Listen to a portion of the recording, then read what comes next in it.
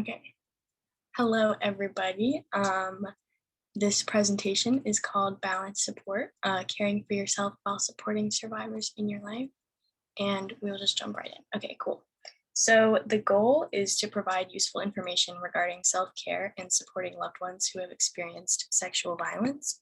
I have a couple of important phone numbers thrown up there at the top right, the 24-hour helplines for OCRCC. They can also be found on the website.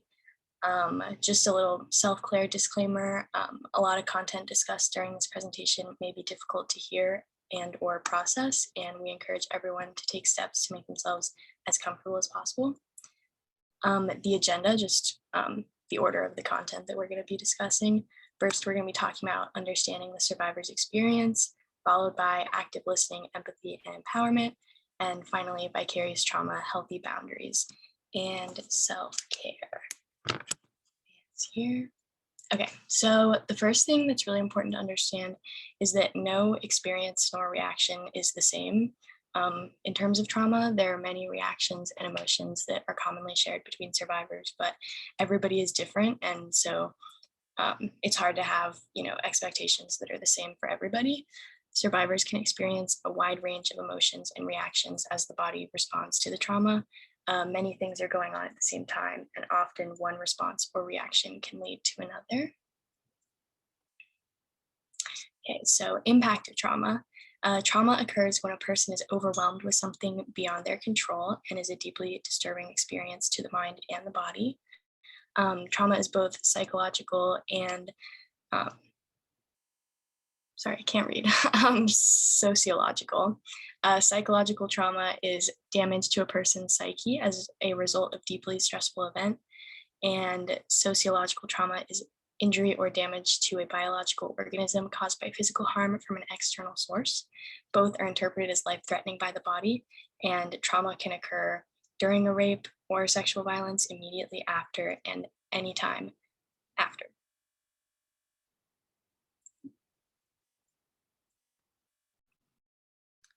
So as we just provided a context for trauma, let's get into the more specifics with sexual violence. Reactions can be categorized into 4 things: mental, social, physical, and sexual. So I'm going to have you guys just pause your video and just take a minute to think about a couple of reactions that could be possibly categorized into these 4 groups. Next slide. So I'm assuming you guys probably came up with a couple of these examples or a lot of them, but examples of responses can be flashbacks, anger, guilt, shame, and self-blame, grieving, lack of trust, PTSD, mood swings, unhealthy coping skills, a sense of hopelessness, feelings of isolation, concerns about sexuality and sexual relationships, depression, anxiety, sleep disturbances, disassociation, disordered eating, and psychological stress reactions. I just want to preface that all of these reactions are not an exhaustive list or are not meant to represent normative behaviors at all. They're just a representation of some of the reactions that some of your survivors in your life may have experienced or may be experiencing currently. So to dive deeper into one of the specific reactions, we're going to talk about self-blame. So again, I'm going to have you guys pause and take a minute to just think about this question. In what ways might self-blame show up for survivors of date and acquaintance rape? Next slide. So just to preface this, all of the talking points right here do not represent our actual feelings about survivors. They're just internalized feelings that survivors may feel. So for self-blame, survivors may feel like they allowed it to happen and not identifying the perpetrator's behavior within these stages. They take responsibility for the unclear communication, and they have an internalized rape myth acceptance. Next slide. So the needs of survivors can be broken down into 5 categories: information, control, options, advocate, and non-judgment. And these can be received in multiple ways through themselves as survivors or by their social support system, just like all of you. Next slide. So social support can be defined as the emotional and physical comfort given by friends, family, and others. Social support can help reduce stress from sexual violence, foster positive coping skills, empower survivors, promote self-care and self-worth, and act as a protective factor for survivors. And these positive impacts by the social support system, like all of you, can just help reinforce those 5 needs that survivors have, especially when you're thinking about control and advocacy and options. All of the ways that you may empower your survivors, help foster positive coping skills and such can really enhance the benefits they get from the needs. Next slide. So an important part when supporting your loved ones is using active listening. And often people in crisis, they need someone to talk to them, but usually they just need someone to listen and support them. Active listening involves finding the feelings and emotions behind what is being said, having good body language, such as mirroring the body positions you're seeing in your loved ones, keeping your body and your body language open and welcoming, and being empathetic and asking open-ended questions. And note that there's active and passive crisis. So active can be soon after the traumatic event and often manifests externally, while passive takes place a while after the event and can manifest internally. Next slide, please. So important part of supporting a loved one is you can use the acronym BLESS, and as seen on the screen, but B is for being present and non-judgmental. L is for listening. As I said, people often need someone to listen to them. E is empower, which is allowing your loved one to have control over the healing process and getting support. S is for support. So just sharing resources and options and setting boundaries for yourself as well, and knowing what you can and cannot provide for them at the time. And then the last S is keep safe, and assessing the personal safety of your loved one and trying to help provide physical and emotional safety. Next slide. So there can often be blocks to communication, such as talking at someone instead of listening. And these are some ways you could block that communication, which is lecturing them, interrogating, having unfound praising for things that they may not understand why you're praising them. So try to avoid these blocks so that your loved one feels comfortable and supported by you and feels open to talking. Next slide. So here's a video about understanding empathy.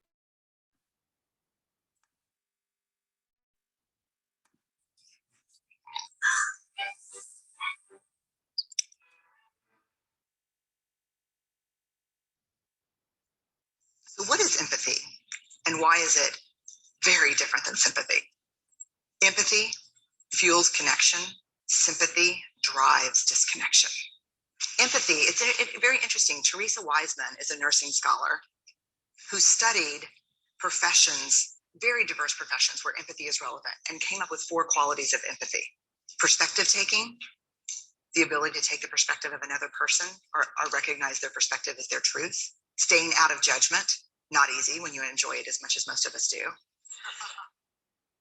Recognizing emotion in other people and then communicating that. Empathy is feeling with people.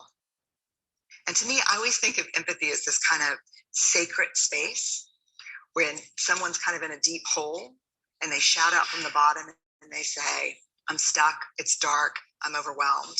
And then we look and we say, hey, climb down. I know what it's like down here, and you're not alone.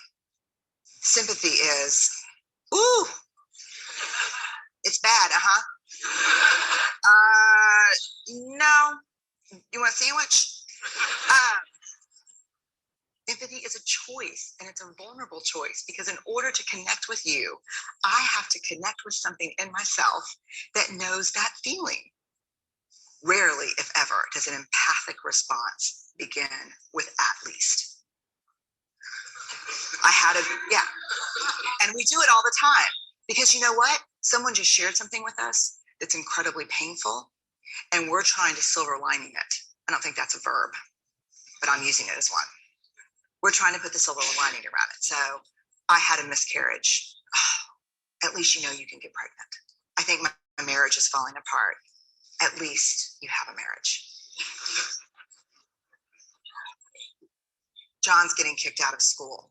At least Sarah is an A student.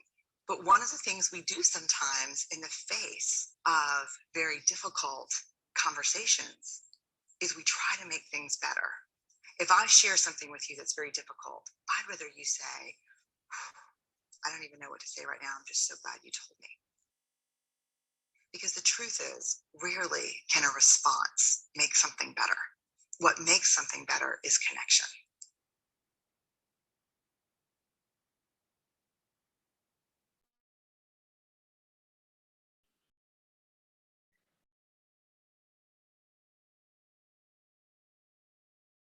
So as we saw in the video, empathetic language shows your loved one that you're concerned about them and are trying to have a connection and an understanding.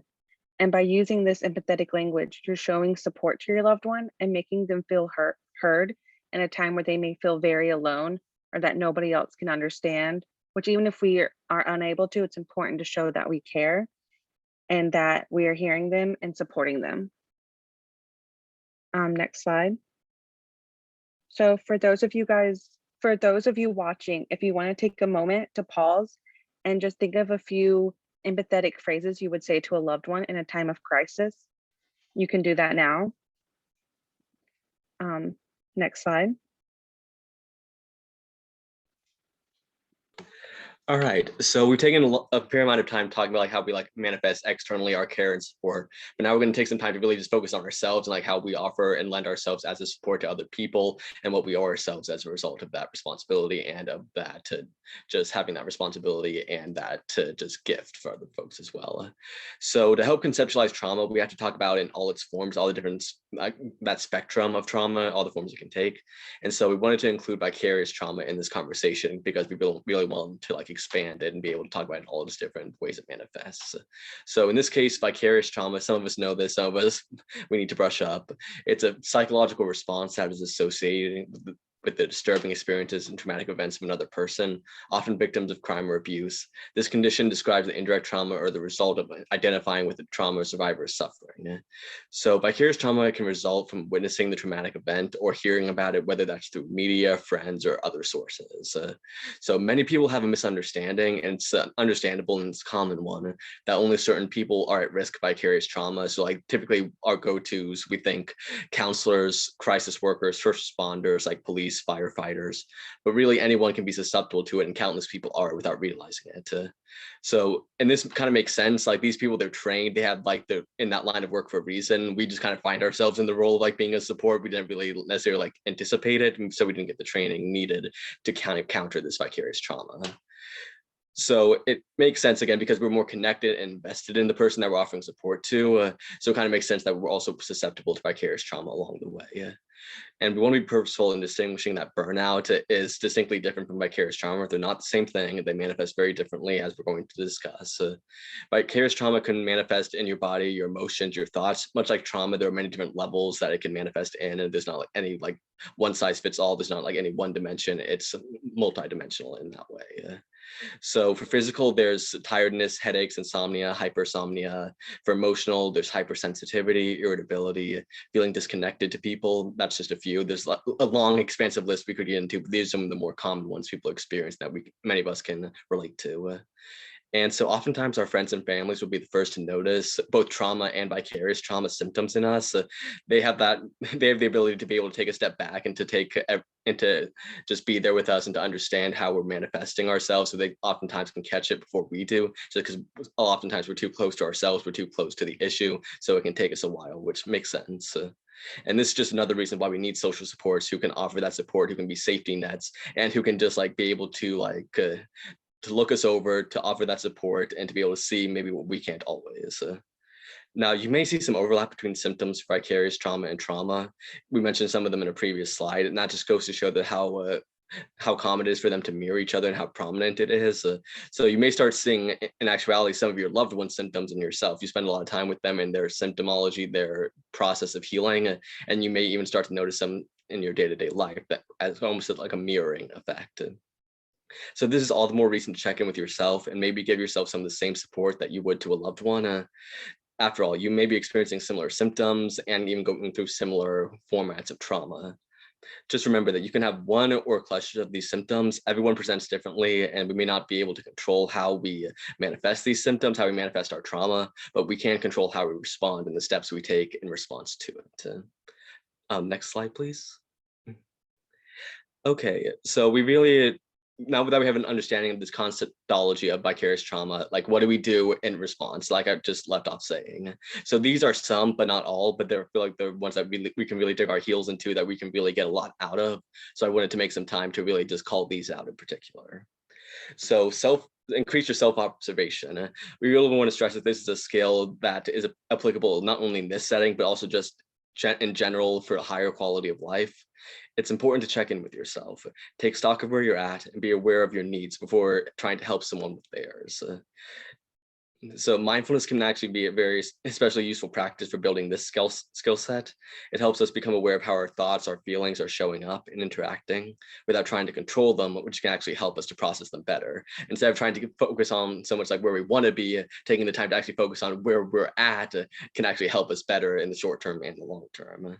So self-reflection is a skill set, same as any of these listed, all of these, matter of fact, and therefore there's something we have to work at and build up to. So I really want to discourage someone who's been there. Don't be discouraged if like any one of these doesn't click automatically. It's a skill that we build, that we have to commit our time and energy to really get at those results.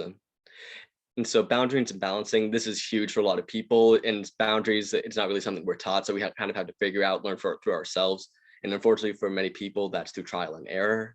But just boundaries can take many different forms along social, professional, personal. It's just about checking in with yourself, what you need, what you owe yourself, and kind of externalizing those in the form of boundaries. And we can talk a bit more about that later if people would like, or if you just want to reach out to us, we can have conversations on any one of these. And so be realistic. So not only with plans and goals for your loved one, but also with what you can give. This is about learning, knowing, and honoring our limits. And so when we say expand supports, we mean for both you and your loved one, make it a reciprocal action. This is all going to be about reciprocity. So for yourself, it's important to have friends, family, and professionals that you can talk to as the need arises. For a lot of people, this is how they process, and being able to process as you go along, however that looks for you. It helps to prevent buildup of trauma, buildup of symptoms, and where it can ultimately get to the point where they kind of just escalate. So for your loved one or clients, expanding supports mean making sure that you're not the only person that they can go to. That puts a lot of pressure and stress on you if you feel like you're the sole person solely responsible for someone else's well-being. I know there can, and I've experienced this myself, there can be guilt associated with like trying to find other supports for someone, almost like it doesn't make sense, it doesn't correlate, but you feel like you're abandoning them. That's the emotional response many of us have. But in actuality, by connecting them with other supports like crisis lines, violence centers, they will have access to more professional supports. And since you're already invaluable as a personal support, they can bring the professional knowledge and skill sets to complete the spectrum of care. So this just means more options, providing more flexibility, which means between you, their other loved ones, and professional supports, you can cover just about any situation that may arise. And safety planning, I just want to be mindful of our time together as well. So safety planning is also just about and this can include boundaries. This can include about expanding your supports. The community that can fall under this mantle as well. But it's whatever you need to do to stay safe in the moment, whether that's short term and even focusing on the long term. So who you can reach out to, professional, personally, how you treat and care for yourself, whether that's self-care, whether that's mindfulness, meditation for some folks. Sometimes that's physical activity. That general thing, and just making sure that you stay safe, whether that's physically, emotionally, caring for all the different spectrums and all the different dimensions of your wellness. And finally, early intervention. So we know this, that if you start treating something earlier on, the easier it's going to be. And this vicarious trauma is no exception to this. And what's really fantastic as I was making this slide is that I started out making all this for vicarious trauma, but the more and more I thought about it, any one of these can be applied to someone with either you going through vicarious trauma or your friend or your loved one going through trauma. So it's this notion, this concept of reciprocity. These are equally applicable. So if you practice one and you're better able to implement one, you can better frame it. You can better be representative of it for a friend. So they can learn better to set boundaries, to early intervene, to safety plan by watching you mirror these actions. So you can help them by helping yourself, which is truly a beautiful just thing in general. Next slide. Sorry, I had a lot to say, so I'm going to be talking a lot, but yeah. So I'm curious that just take a minute to answer to yourself. How many people here have heard of SMART goals? They might be familiar with that. So we're actually going to put a bit of a twist on that and apply to the process of designing boundaries. First of all, like, what do people think of when they think of boundaries, that kind of thing. So now the acronym SMART breaks down to specific, measurable, attainable, relevant, and time-based or time-oriented. So boundaries don't have to meet all of these, but they can help to reinforce your boundaries, and if you incorporate at least one or two. So to contextualize this, let's apply a potential boundary. I chose this one because it helps with a great deal of people, and many people can relate to this. It's generalizable. So in this case, like many people, we go into this with the mindset of, I want to support my friend through their struggle. I don't know what that looks like. I haven't wired out the specifics. Right now, I'm just a lot of care. I'm a lot of compassion for my friend. I'm not sure how to channel it all, but many of us can relate to this goal. And it's a wonderful one to have. Now, but since we're coming at this from at a situation from such a good place, wanting to help and support, we have a tendency to overdo it. Oftentimes, without realizing it, we end up favoring our loved ones while being over our own. Being a support to a survivor is an honor, which many of us as facilitators and many people at the OCRCC, the staff members, can attest to. But it can also be a very intense role to take on, especially if it's all new to you. So one of the first things volunteers at the OCRCC learn is balancing the wellness. So how to step up as supports and what that looks like, so we can learn for ourselves and learn just as that there is no perfect survivor, there is no perfect supporter, and just accepting that reality, and just so we don't have to hold ourselves to such a high bar. So pushing yourself beyond what's sustainable never works. And we've seen how this plays out in other arenas in our lives, such as school, relationships. There is no exception. If you try to be perfect in any one area, it is just an unattainable standard. Part of being a good support is modeling self-care. Your loved ones will subconsciously take cues from you. If you overextend yourself, if you overextend your care, your loved one will subconsciously take cues from you, take cues from this. So if you, it potentially there are several ways that this could end up. So either they potentially end up modeling that behavior, which is potentially an unhealthy one, or they try to protect you by cutting you off as a support. So setting proper boundaries to ensure that you get what you need, as does your loved one, and making sure that it's symbiotic and it's sustainable. So in this one, as I mentioned prior, before SMART goals, I want to support my friend through their struggle. Now, this is an admirable notion, but as we can see through our goals, it's not specific, it's not measurable. It's so vague, it's hard to even tell if it's attainable. So I took this and I tried to frame it as from using a SMART perspective. So you can obviously, you can take some time to if you'd like, you can pause this, write down your own goals and how before and after applying these SMART measurements. So I took some time, I took this goal and I tried to make it more relevant even in my own context. So I decided to apply it, and I came up with, for the next 3 weeks, so we've got that specific, I will call my friend twice a week to check in on them, help safety plan, and help them process through talking. If there's an emergency, I will make myself available and or make sure they have an emergency resources. So this is measurable. You can check in with your friend. It's attainable. It's realistic. It's relevant to them and to you as someone who can potentially experience vicarious trauma and just general stress, and it's time-based. So for the next 3 weeks, it's something that you can measure using that time base. Okay, and please make this your own, apply it to what's relevant to you. That's the best way to come at this. Next slide. Oh, thank you. And so self-care, it's a big thing. For many of us, it's a daunting thing. So I just wanted to make sure that we go at this slow and we really just take our time with it and really just figure out what that means to us. Because like with anything, it's going to vary from individual to individual. But these, I just felt like they were some good just pillars that we can work on, that many people get a lot out of, and just taking these step by step. Some of these that are not going to work for you, I'll be very upfront with that. But we really want to focus on some of this may help take away from the stress. It might help you process. It may help you get to better places. So just for that, they're worth going over and taking the time to just digest. So mindfulness, I actually spoke a bit about this earlier. It's just being aware of letting your mind, your feelings, your thoughts come and go as they will, not trying to get bogged down and then not trying to control them. And in doing so, you can get to a better place and a better relationship between the two. Now, grounding exercises, as someone with anxiety myself, grounding exercises are very useful, whether you suffer from panic attacks, stress, anxiety, anything like that. Typically, we have a tendency to go inwardly to try to reduce these symptoms, try to figure them out. Grounding exercises, they acknowledge that isn't always the way to go about it. Grounding exercises take a different approach, instead focusing on the external things around you. One of my favorites is 5, 4, 3, 2, 1, noticing 5 things you can see, 4 you can hear, 3 you can feel, that kind of thing. And it helps to ground you in the moment instead instead of getting overly in your head, which many of us are prone to, which I will disclose is my case. Now, progressive muscle relaxation, that involves relaxing every group of muscles in your body one by one. The aim is to tighten and relax each group, eventually learning to recognize tension where it's showing up in your body so that you can so by being able to recognize it, you can do something about it. All right, journaling. So for many people with stress, anxiety, or trauma, they can have so much going on in their heads. It can be hard to keep track or sort through it all. It can be overwhelming almost. Journaling is useful because it allows us to externalize our thoughts. And for some, this externalization helps them process these thoughts and emotions behind them, or just to sometimes just to be able to keep track of them all, seeing as our head we tend to lose track. Physical activity and diet, again, just really want to stress that there's a heavy correlation between our mental health and our physical health. By caring for one, it facilitates the other. But many of us know this is about like, how do we apply this in a practical way that we get to kind of snagged on. Now, guided imagery, that's about visualizing yourself in a peaceful environment that brings you comfort. This can be a garden, mountainside, any place real or fictional that you feel safe in. The idea is to close your eyes, practice going there, maybe just a couple minutes at a time, maybe once or twice a day. And you go there picturing all the sensory details, what you can hear, see, feel.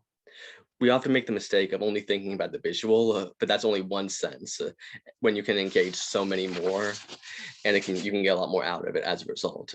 So with practice, the idea is that you can access this environment faster, so much so that you can go there for a couple seconds throughout the day as needed to reduce your stress levels.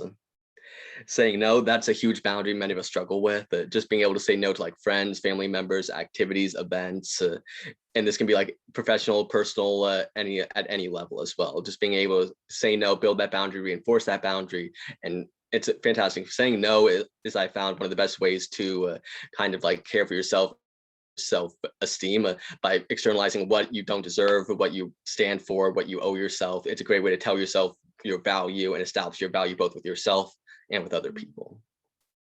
And finally, accountability partners. So this can be whoever is trusted. This can be friends, family members, community members, entirely up to you, whoever that visual in your head is. And essentially the idea is just having someone there to like help keep you accountable for yourself, to check in with you so that you can check in with yourself, essentially making sure that you're like getting 3 meals a day, sleeping enough, finding enough time for you outside of all of these situations, whether that's personal situations, professional, again, just finding someone to help like reinforce that within you. So, and I want to stress there are countless other self-care techniques that we could possibly go into, but we only have so much time allotted. But we wanted to give you all a sense of some that may be very prudent and personal to many of you, and some that you might not have tried yet, just to give you the context behind them and give you a good foothold to apply them in your day-to-day life. So I'm hoping we set out and we achieved that. Next slide. So if anyone has any questions, if they'd like to check in with services, resources, you can always reach out to us, OCRCC.org. We can reach out, schedule sessions, schedule meetings just to see what these services may look like tailored to you. One thing we pride ourselves on is being able to like take your personal situation and adjust the resources, cater them to how they would best benefit you and your situation. Let's see, Shelley, did I miss anything or anything you'd like to close on? As always, just want to thank everyone for their time and for going through this presentation with us and learning how to make sure that you're taking good care of yourself as you care for those around you. And so, as Patrick mentioned, OCRCC.org. And I also want to say thank you to our wonderful volunteer support group facilitators who helped facilitate this session for us. So Eliana, Jessica, Leah, and Patrick, thank you to all of you. And we hope that you will join us for some other sessions in the future.